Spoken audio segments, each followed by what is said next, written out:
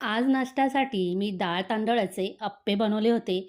तर कसे बनवले चला सांगते. काल दुपारी मी 1 वाटी तांदूळ आणि बाकीच्या सर्व डाळी अर्धा वाटी घेऊन स्वच्छ धुवून पाण्यात भिजत घातल्या 7 ते 8 तासासाठी आणि संध्याकाळी मग हे सगळं व्यवस्थित मी वाटून घेतलं मिक्सरच्या भांड्यामध्ये घालून.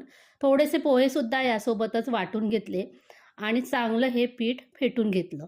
अशा प्रकारे पीठ फेटून घेतलं तर छान असं फर्मेट होतं. रात्रभर याच्यावर झाकण ठेवून छान असं झाकून ठेवलं. सकाळी बघा इतकं मस्त हे पीठ फुगलं आहे. जेवढ्या पिठाचे अप्पे करायचे तेवढं पीठ एका बाउलमध्ये काढून घेतलं.